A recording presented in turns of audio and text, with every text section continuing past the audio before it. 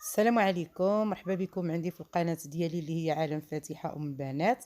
اليوم إن شاء الله رجعت لكم بحد الحلوة أو لي طارطوليت اللي ساهلين واقتصاديين وكيتوجدوا في الحين ما كيطلبوش منا واحد المقادير كثيرة. إن شاء الله غنشوفوا اش كنحتاجوا في المقادير. إن شاء الله غنبداو في التحضير. عندنا هنايا واحد جوج ديال البيضات اللي كيكونوا من الحجم الكبير. عندي كذلك واحد المعلقه ديال لو زيست ديال الحامض، نتوما الاختيار ديالو حتى البرتقال. انا عندي هنايا معلقه اللي كتكون عامره. بالنسبه للسكر حبيبات او سكر سنيده، انا عندي هنايا 100 غرام ديال السكر، يعني كاس اللارب ديال السكر اللي كيكون ديال العنبه. كذلك عندي هنايا 100 غرام ديال الزبده اللي كتكون دايبه وبارده، ما تضيفوهاش وهي سخونه. عندي 100 غرام ديال الزبده. دائما الزبده تكون ما سخوناش باش ما كتخسرناش البيض. ديك القبيصه ديال الملح. كنحركوا هذا الخليط. هذا الخليط هذا راه كيوصل تيخرج لكم حتى ل 16 حبه او 15 حبه. الا بغيتو ديروا نصف المقادير راه غادي تخرجوا 8 ديال الحبات. كنخلطوا هذا الخليط حتى كيتحرك لنا وكتذوب لنا هذا السكر سنيده او سكر حبيبات. الصراحه كنتمنى تجربوهم، راه كيجيو في الصراحه زوينين بزاف وساهلين حتى في التحضير ديالهم، ما كيطلبوش منا المقادير اللي كتكون كثيره. هاد المقادير كلها الانسان متوفره عنده في المنزل ديالو.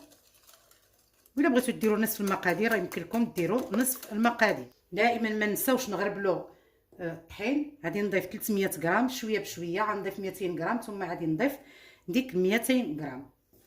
دائما كنغربلوا هذا الطحين هذا واللي كيكون دائما نوعيه جيده.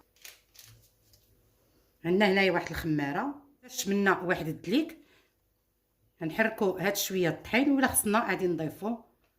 هنا العجين غادي يجينا اللي كيكون شويه مطلوق، ما كيكونش جاري، وانما العجينه غادي تجينا شويه مطلوقه. الطريقه ديالهم راها سهله وبسيطه خاصه بالنسبه للمبتدئات.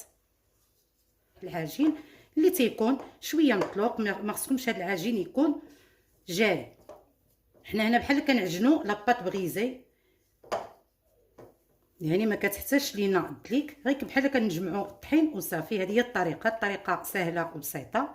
بالنسبه للعجين ديالنا، هذا هو العجين ديالنا والشكل ديالو هانتوما كتشوفوا القوام ديالو اللي كيكون شويه جاري. دابا ان شاء الله غناخذوا المول اللي غنوجدوا فيه المول. انا غناخذ هذا المول هذا، نتوما خذوا حتى دوك المولات الصغيورين. انا هنايا غادي نوجد هاد الحلوه ديالي في هاد التبصيل هذا. ان شاء الله طريقه سهله وبسيطه. غنحاول ندير واحد الكويرات اللي غيكونوا على هاد الحجم هذا، ما يكونوش كبار بزاف.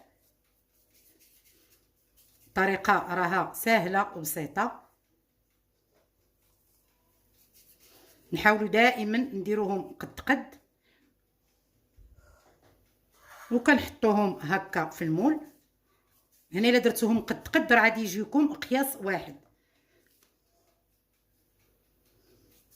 انا هنايا غادي نحاول نكمل هاد الوحدات كاملين وغنرجع لكم ان شاء الله من بعد. دابا غنحاولوا نقادوا هاد المول ديالنا. غتحاولوا تاخذوا الشكل ديال هاد المول هذا. طريقه سهله وبسيطه دائما بهاد الطريقه هذه، وما تغلظوهمش بزاف لان ضروري راهم غادي يتنفخوا لينا. راه دايرين فيهم واحد الخماره. غنستمروا هكا حتى كنساليو هاد الاشكال هذه. انا عندي واحد الطريقه هنايا اللي كتساعدني في البلاصه، انني نتوما خذوا واحد الكاس ويمكن لكم تبركوا هكا في الوسط كتاخذ الشكل ديالها.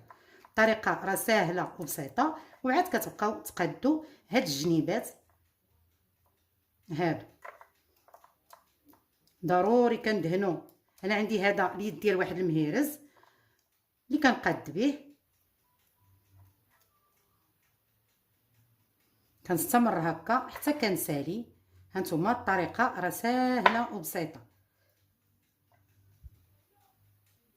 هانتوما كي شفتوا الطريقه راه سهله وبسيطه. نتوما يمكن لكم ديروها غير بيديكم، غير باش كنطلعوا هاد الجوانب هكا حتى كيتقادوا لينا في المول. حاولوا دائما تقادوا باش كيجينا حتى المنظر والشكل كيجي زوين. صافي كنستمر هكا. نتوما ما كانش عندكم هاد المول يمكن لكم ديروهم غير في دوك القوالب الفرديه، حتى هما راه كيجيو زوينين.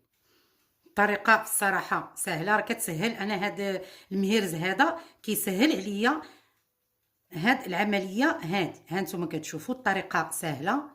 وعاد نصاوب الجوانب، هادو راه متواجدين. ما كانش عندكم ديروا غير بواحد الكاس. وعاد نبقى نقاد الجوانب باش كيجيني الاشكال الصراحه، لان ضروري التزيين اللي كيكون في الاخير هو اللي كيكون زوين. هانتوما الطريقه راها سهله. كنبقى نجبد هي بصبعي هكا حتى كنقاد هاد الجوانب كاملين. حاولوا دائما ما تغلظوهمش من الجوانب لانهم راهم تيتنفخوا باش ما يتغلقوناش في الوسط. دابا غناخذوا فرشيطه وغنحاولوا نتقبوا هاد الحلوه ديالنا في الوسط هكا، هي باش ما كترطقش لينا في الفور او في الفران. صافي كنستمروا هكا ونحاولوا نتقبوا حتى في الجوانب. هي راه الشكل ديال لاباط بغيزي. صافي كنستمروا هكا. والفران راني رديته واحد 10 دقائق كيسخن على درجات 170 حتى 180. وعرضوهم. ما كيستغرقوش لينا واحد الوقت كثير، كيستغرقوا واحد 20 دقيقه على حسب كل فران.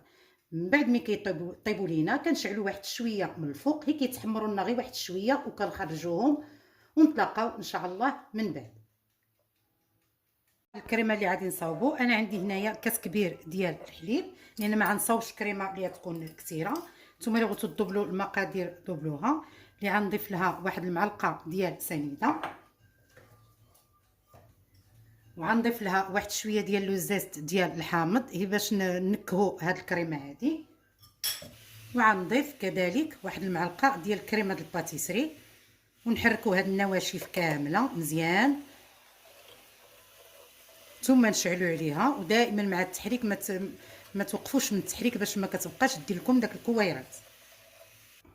هنا حاولوا دائما تحركوا، ما عمركم ما تخليو الكريمه كتسخن وانتم ما كتحركوش باش ما كيديرولناش دوك الحبيبات ما كتصدق ليناش هاد الكريمه ديالنا.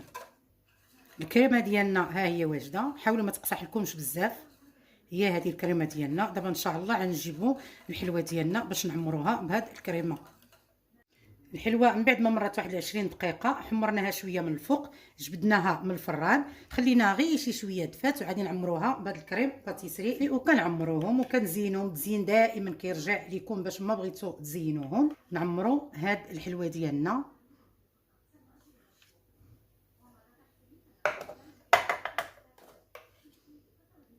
الصراحه راه كيجيو مزيونين. حاولوا ما ديروهمش غلاض باش ما كيتلاصقوش ليكم، لان لا درتوهم غلاض راه غادي يتلاصقوا وغادي يتنفخوا حتى في الوسط.